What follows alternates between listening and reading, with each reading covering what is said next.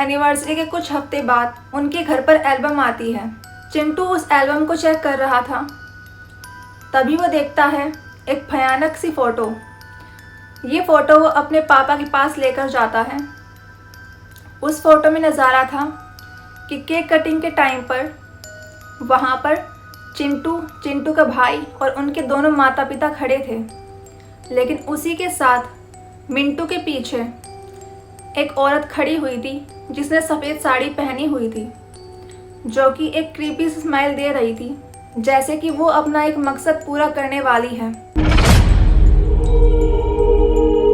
Mummy papa की anniversary, उनका एक स्पेशल दिन, वो हमारे लिए कितना कुछ करते हैं, बस यही सोचकर मिंटू ने भी अपने पेरेंट्स के लिए एक ट्रिप प्लान की थी।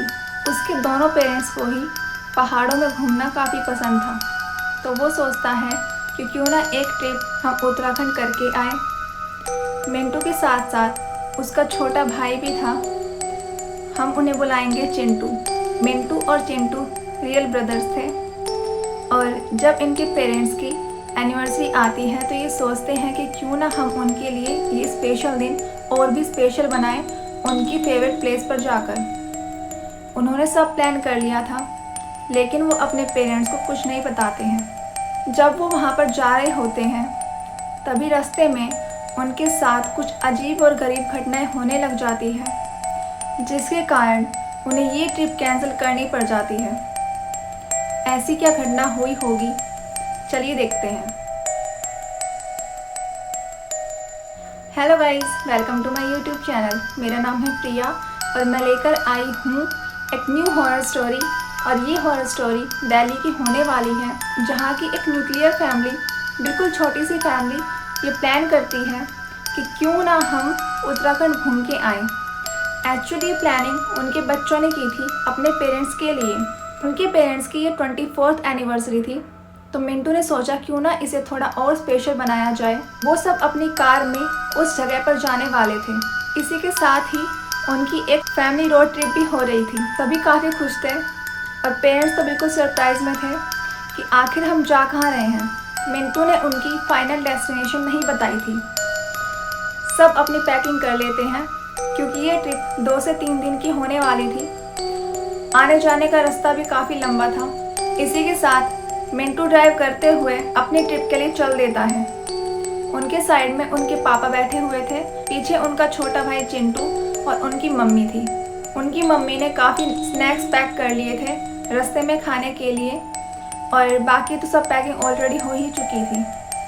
सब खुशी से उस ट्रिप के लिए निकल दिए थे। वो अपने डेस्टिनेशन के काफ़ी पास आ चुके थे, पहाड़ों से भरी जगह। जब वो उस रोड पर जा रहे थे तो उनके पेरेंट्स उनसे काफ़ी बार पूछने की कोशिश भी करते हैं कि आखिर हम जा कहाँ रहे हैं, थोड़ी सी हिंट तो दे दो, हम भी तो जाने कि ऐसी कौन सी जगह है। लेकिन मिंटू ने उन्हें कुछ भी नहीं बताया। मिंटू अपने फ़ोन पर वहाँ की लोकेशन देखते हुए ड्राइव कर रहा था। शाम होने वाली थी, वो अपने डेस्टिनेशन पर पहुँचने भी वाले थे। एक ऐसा हादसा होता है उनके साथ। जिस रोड से वो जा रहे थे, उसके साइड में अचानक से ऊपर से पहाड़ के पत्थर नीचे गिरने लगते हैं, और इतने ज़्यादा गिर जाते हैं कि वो रास्ता पूरा ब्लॉक हो जाता है। मिंटू की फैमिली की कार बाल बाल बची थी, बिल्कुल नज़दीक थे, लेकिन भगवान की दया से उनको एक भी खरोच नहीं आई थी। वही एक रास्ता था उस डेस्टिनेशन पर जाने का। पहाड़ी इलाका था, कोई और रास्ता उन्हें नज़र नहीं आ रहा था। सबका मूड काफ़ी ऑफ हो जाता है। सबने क्या क्या नहीं सोचा था उस ट्रिप के बारे में, लेकिन उस रास्ते के ब्लॉक हो जाने के कारण अब उन्हें कोई और रास्ता नज़र नहीं आता है। तभी मिंटू को दिखता है एक और रास्ता, बिल्कुल छोटा सा, पेड़ों से भरा हुआ, जैसे कि कोई जंगल हो। मिंटू ने ये रास्ता मैप पर खोजने की काफ़ी कोशिश की, लेकिन वहाँ पर उसे ऐसा रास्ता कुछ भी नज़र नहीं आ रहा था। मिंटू के पापा मना भी करते हैं कि ये रास्ता काफ़ी सुनसान लग रहा है और ख़तरनाक भी लग रहा है। पहाड़ पर पहले ही ना जाने कितनी अफवाहें, कितनी घटनाएं होती हैं। हमें इस रास्ते से नहीं जाना चाहिए और हमें अब घर चले जाना चाहिए। उसके अलावा हमारे पास कोई और रास्ता नहीं है। लेकिन मिंटू को उस डेस्टिनेशन पर पहुंचना ही था, वरना उसका सारा का सारा प्लान धरा का धरा रह जाता। उसने होटल भी बुक कर लिए थे और सभी जगह भी देख ली थी। मिंटू मन ही मन सोचता है कि अगर मैं यहाँ से चला गया उल्टा तो मेरी सारी बुकिंग्स कैंसिल तो कर लूँगा, लेकिन उसका रिफंड मुझे नहीं मिल पाएगा और मेरा प्लान धरा का धरा रह जाएगा, जो कि मैं नहीं चाहता हूँ। सभी ने काफ़ी मना किया, लेकिन मिंटू नहीं माना। मिंटू उस रास्ते पर चल दिया। अब शाम से अंधेरा भी हो चुका था। मिंटू उस रास्ते से जाता है, लेकिन उस रास्ते पर दिन में ही इतना अंधेरा था। बिल्कुल पेड़ों से घिरा हुआ वो रास्ता, कुछ नज़र नहीं आ रहा, सिर्फ एक सीधा रास्ता और साइड में पेड़ ही पेड़। ऐसा रास्ता पहाड़ों पर मिलना एक हेलुसिनेशन के बराबर है, लेकिन इस बात पर मिंटू ने बिल्कुल भी यकीन नहीं किया। मिंटू चले जा रहा था और वह रास्ता भी ख़त्म नहीं हो रहा था। मिंटू के पेरेंट्स काफ़ी टेंशन में आ चुके थे। मिंटू की मम्मी बोलती है कि देखो बेटा, सरप्राइज़ तो फिर कभी दे देना, अगर जान सही सलामत रही तो हम कुछ भी कर सकते हैं, लेकिन मुझे नहीं लगता हमें इस रास्ते में और आगे जाना चाहिए। मिंटू को भी लगा कि शायद मुझे इस रास्ते से नहीं जाना चाहिए, पता नहीं हम कहाँ पहुँच जाएंगे और क्या पता इसके आगे कोई रास्ता हो भी या ना हो, कहीं हम खाई की तरफ ना जा रहे हो। लेकिन उसमें एक प्रॉब्लम थी, उस रास्ते में बैक करने का कोई रास्ता ही नहीं था। गाड़ी बैक वहाँ से हो ही नहीं सकती थी। मिंटू ने काफ़ी ट्राई किया, लेकिन गाड़ी बैक भी नहीं हुई। कैसे न कैसे करके वो इस रास्ते से फिर से उसी मेन रोड पर आए जहाँ से उसने उस रास्ते की शुरुआत की थी। अंधेरा हो चुका है, हमें पूरी सावधानी बरतनी चाहिए। वहाँ से गाड़ी किसी तरह बैक कर ली जाती है और मिंटू चल देता है यू टर्न लेके फिर से दिल्ली के रास्ते पर। मिंटू जब कार चला रहा था तब वो एक चीज़ नोटिस करता है कि उसी रास्ते पर साइड में एक बोर्ड लगा हुआ था जिस पर लिखा था दिल्ली 280 किलोमीटर। मिंटू मैप पर देखता है तो मैप पर भी इतना ही रास्ता बता रहा था। मिंटू को समझ में आता है कि मैं सही रास्ते पर जा रहा हूँ। 15 से 20 मिनट हो जाती है। मिंटू उसी रास्ते पर सावधानी से आगे बढ़ रहा था।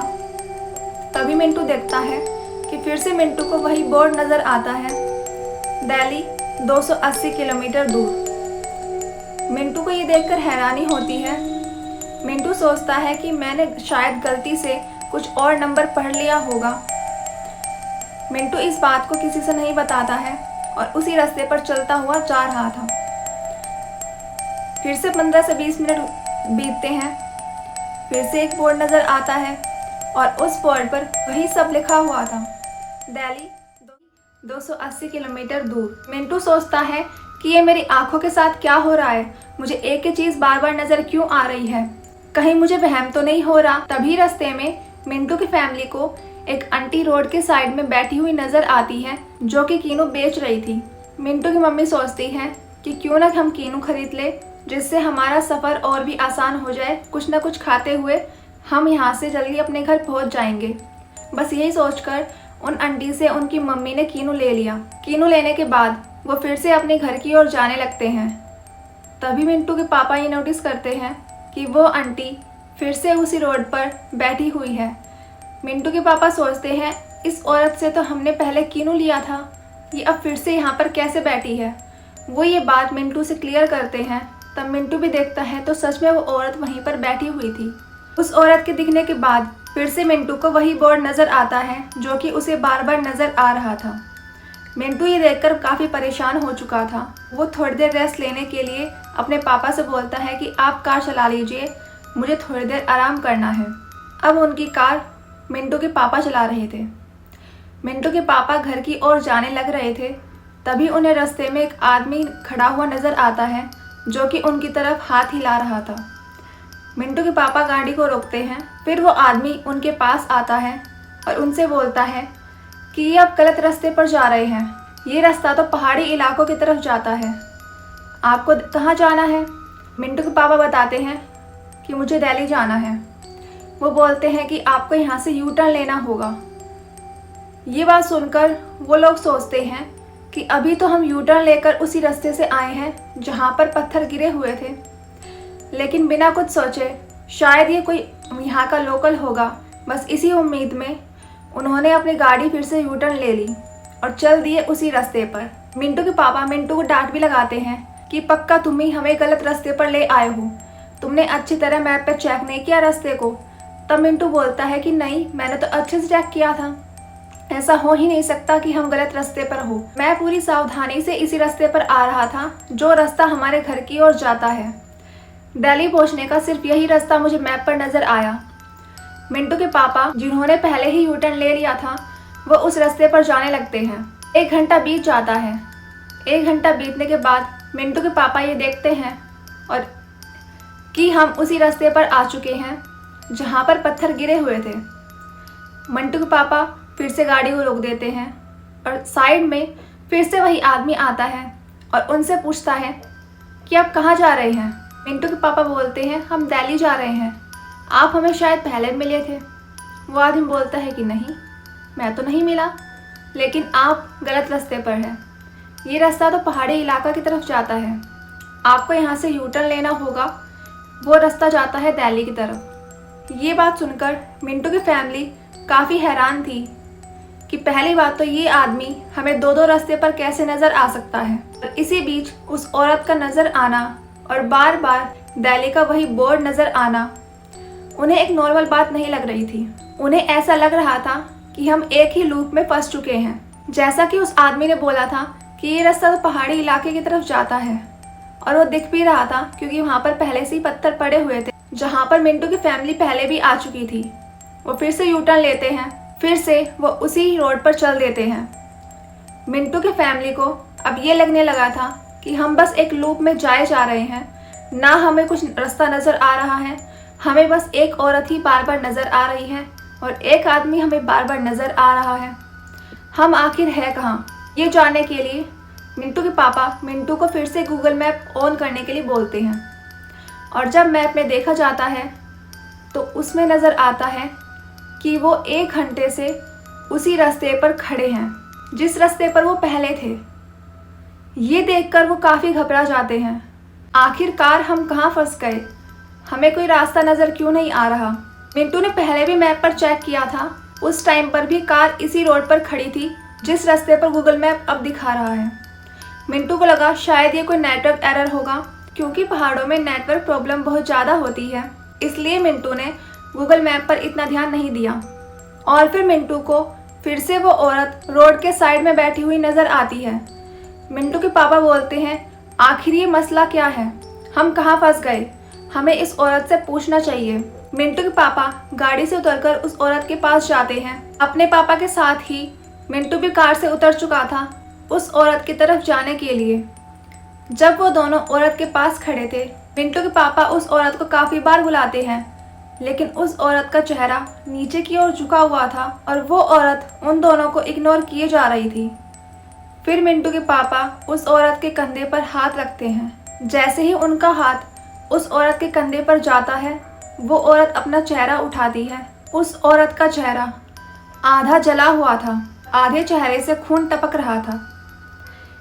ये देखकर मिंटू के पापा और मिंटू दोनों ही काफ़ी डर जाते हैं। वो भागकर जल्दी से गाड़ी के अंदर आते हैं। मिंटू की मम्मी पूछती है कि आखिर क्या हुआ, लेकिन वो इस हालत में नहीं थे कि वो बता सके कि उन्होंने क्या देखा है। मिंटू के पापा अपनी गाड़ी को तेज़ी से भगा लेते हैं। वो घबराते हुए गाड़ी को आगे ले जा रहे थे कि तभी उनका बैलेंस बिगड़ जाता है और उनकी गाड़ी एक पेड़ से टकरा जाती है और वो सब बेहोश हो जाते हैं। कुछ देर बाद मिंटू को होश आता है। मिंटू देखता है कि क्या ये कोई सपना था। मिंटू सबसे पहले अपने सभी परिवार वालों को जगाता है और उन सबको ऐसा ही लग रहा था कि जैसे कि ये उनका कोई ड्रीम हो। लेकिन तभी मिंटू की मम्मी अपने साइड में पड़े हुए कीनू को देखती है जो कि बिल्कुल सड़ चुके थे और वो उनके साइड में ही रखे हुए थे। मिंटू की मम्मी बोलती है कि अगर ये हमारा कोई सपना होता तो यहाँ पर कीनू कैसे आए। हम ये बता नहीं सकते कि ये रियलिटी थी या फिर कोई छलावा। लेकिन अब मिंटू की फैमिली को उनके घर जाने का रास्ता भी साफ नज़र आने लगा था। मैप भी बिल्कुल अच्छे से काम कर रहा था। मिंटू की फैमिली किसी तरह उस जगह से दिल्ली पहुंचती है और घर आकर चैन की सांस लेती है। लेकिन घर पहुंचकर मिंटू का छोटा भाई चिंटू काफ़ी अजीब बिहेव करने लग जाता है। वो काफ़ी गुस्से में था। मिंटू के पेरेंट्स उससे पूछते हैं कि बेटा क्या हुआ। वो सबको इग्नोर करते हुए अपने रूम के अंदर चला जाता है।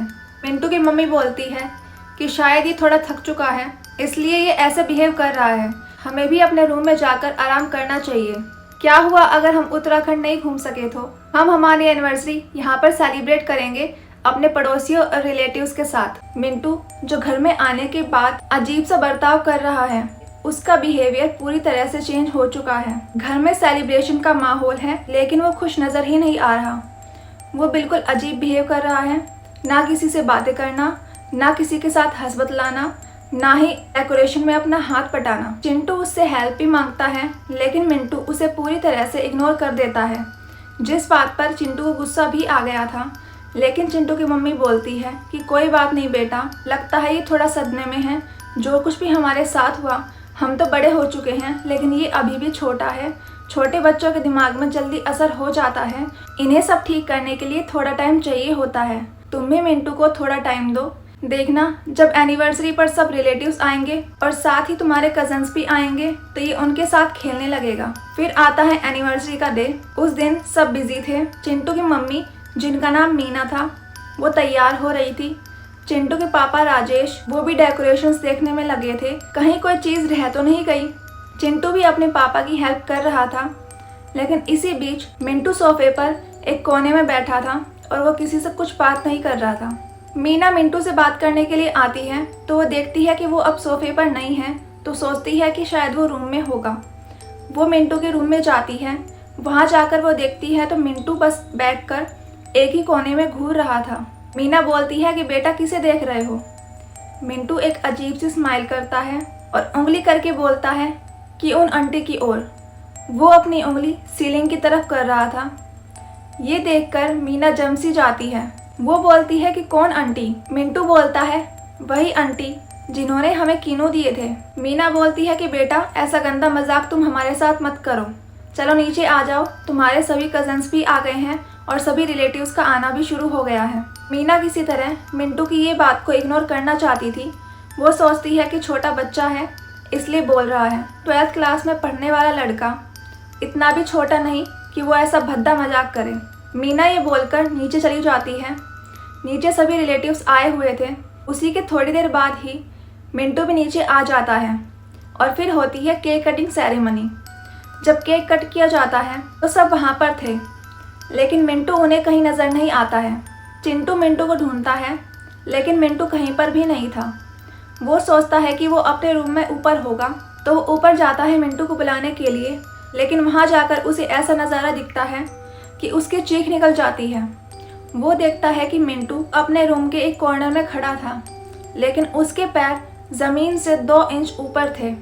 उसका सिर उल्टा होकर घूमने लग जाता है और वो उसके अंदर से आवाज़ आती है, मिंटू की नहीं बल्कि एक औरत की, जो बोलती है कि तुम सब तो बच के आ गए लेकिन अब ये नहीं बचेगा। ये सुनते ही चिंटू की चीख निकल जाती है। चिंटू जल्दी से नीचे जाता है सभी को बुलाने के लिए, लेकिन इतने ही मिंटू के रूम का डोर बंद हो चुका था। सब ऊपर आते हैं। चिंटू के पापा देखते हैं मिंटू के रूम का डोर तो बंद है। उस डोर को किसी तरह तोड़ा जाता है। जब सब अंदर जाते हैं तो देखते हैं मिंटू बेहोश था और ज़मीन पर पड़ा हुआ था। रूम के मिरर पर खून से लिखा था, मैं घर आ चुकी हूँ। ये सब देखकर चिंटू की फैमिली और बाकी परिवार वाले काफ़ी डर जाते हैं। उसी के बाद से ही घर में अजीब चीज़ें होना शुरू हो जाती है। कभी किचन में बर्तन गिरना, तो कभी किसी के हंसने की आवाज़ें आना और कभी मिरर पर किसी के हाथ छपे हुए दिखाई देना। और सबसे डरावनी बात, रात के 3:07 पर मिंटू डेली अपने घर के मेन डोर पर जाकर खड़ा हो जाया करता था। एक दिन मिंटू को चिंटू ने देखा और उसने अपने पेरेंट्स से बताया, तो उनके पेरेंट्स ने सीसीटीवी में चेक किया। वहाँ पर चिंटू की फैमिली के अलावा उनके पड़ोसी भी थे। तब उनको नज़र आता है कि ठीक रात के 3:07 पर मिंटू अपने घर का मेन डोर खोलता है और फिर बाहर से कोई सफ़ेद साड़ी वाली औरत घर के अंदर आती है। अजीब बात तो ये थी कि वो औरत सिर्फ चिंटू की फैमिली को ही नज़र आ रही थी। उनके पड़ोसियों को कुछ नज़र ही नहीं आ रहा था। उसके बाद घर में पंडित को बुलाया गया। पंडित जी घर पर आते हैं तो बोलते हैं कि यहाँ पर कोई आत्मा नहीं है, बल्कि एक छलावा है जो कि इंसान को अंदर ही अंदर खा जाता है और वह उसे कभी नहीं छोड़ता। उसी रात हवन किया जाता है। हवन की सभी तैयारियां हो चुकी थी। मिंटू को घेरे में बिठाया जाता है और हवन शुरू होता है।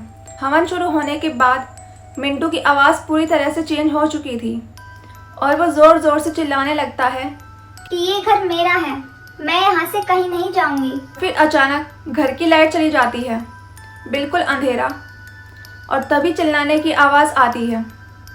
लेकिन ये आवाज़ मिंटू की नहीं बल्कि उसकी मम्मी मीना की थी। अंधेरे में किसी को कुछ नज़र नहीं आ रहा था। फिर अचानक लाइट आ जाती है तो देखते हैं कि मिंटू तो घेरे में आराम से लेटा हुआ था, लेकिन मीना घर से गायब थी। उनके गायब होने के बाद ही लाइट घर में आ चुकी थी। सब उन्हें हर जगह ढूंढते हैं लेकिन वो कहीं नहीं मिल रही थी। फिर चिंटू के पापा देखते हैं कि उनके स्टोर रूम का गेट खुला हुआ है। अंदर से आवाज़ आ रही थी किसी के चीखने की। वो भागे हुए स्टोर रूम के पास जाते हैं। पंडित जी बोलते हैं कि आप वहाँ अकेले मत जाइए, मैं आपके साथ चलता हूँ। लेकिन राजेश, जो कि चिंटू के पापा थे, उन्हें मीना की काफ़ी टेंशन हो रही थी। वो किसी की नहीं सुनते हैं और स्टोर रूम के अंदर चले जाते हैं। वहाँ जाकर जो वो देखते हैं उनकी सांसें ही अटक जाती है। वो देखते हैं कि मीना स्टोर रूम के एक कॉर्नर में दीवार की तरफ चिपकी हुई थी, जैसे कि वो खुद को उस दीवार से छुड़वा ही नहीं पा रही हो। उसके पैर उल्टे थे। वो चिल्ला रही थी और ज़ोर ज़ोर से रो रही थी, चिंटू के पापा, मुझे आप बचा लीजिए, नहीं तो ये मुझे नहीं छोड़ेगा। पंडित जी भी वहाँ पर आ जाते हैं और देखते हैं तो वो देखते ही समझ जाते हैं कि ये मीना नहीं थी। पंडित जी बोलते हैं कि आप उसके पास नहीं जाइए, वो मीना नहीं है। और इतना कहते ही मीना की गर्दन अकड़ने लगती है। उसकी आंखें पूरी काली हो जाती है। ये राजेश के लिए एक बहुत ही भयानक नज़ारा था। वो शौक में जा चुका था कि मेरी बीवी को क्या हो चुका है, लेकिन पंडित जी उन्हें बताते हैं कि ये असल में मीना है ही नहीं, जितना जल्दी हो सके तुम यहाँ से चलो। लेकिन तभी स्टोर रूम का गेट बंद हो जाता है और स्टोर रूम में बिल्कुल अंधेरा था। बस एक लाइट थी जो कि धीरे धीरे ब्लिंक कर रही थी, जिसकी हल्की सी रोशनी में मीना उन्हें नज़र आ रही थी। पंडित जी वहीं खड़े होकर मंत्र बोलना शुरू करते हैं। जितना ज़्यादा मंत्र बोला जा रहा था उतनी ही ज़्यादा उस मीना की चिल्लाने की आवाज़ आ रही थी। एक पल को स्टोर रूम का गेट भी खुल जाता है। जैसे ही अचानक गेट खुलता है, राजेश और पंडित जी पीछे मुड़कर देखते हैं तो वहाँ पर मिंटू गेट खोले हुए खड़ा था। फिर देखा जाता है मीना की ओर, तो मीना वहाँ से गायब थी, जैसे कि वहाँ पर कोई हो ही ना। मिंटू, जो कि बेहोश पड़ा हुआ था, वो बिल्कुल सीधा खड़ा था। उसे देखने के लिए राजेश बाहर आता है। मिंटू से पूछा जाता है कि बेटा तुम कैसे हो। तभी मिंटू के अंदर से आवाज़ आती है कि वो अकेली नहीं है, उसके साथ कोई और भी है। और तभी उनके ड्राइंग रूम में वहाँ पर नज़र आती हैं अलग अलग परछाइयाँ। पंडित जी जल्दी अपने थैले से एक धागा निकालते हैं और राजेश को बोलते हैं कि जितना जल्दी हो सके आप ये मिंटू को बांध दीजिए, जिससे ये आत्माएं मिंटू को परेशानी ना पहुंचा सके। राजेश जल्दी से वो धागा मिंटू के हाथ में बांध देता है और धागा बांधने के बाद ही मिंटू फिर से बेहोश हो जाता है। और तभी ऊपर से चिंटू के चिल्लाने की आवाज़ आती है।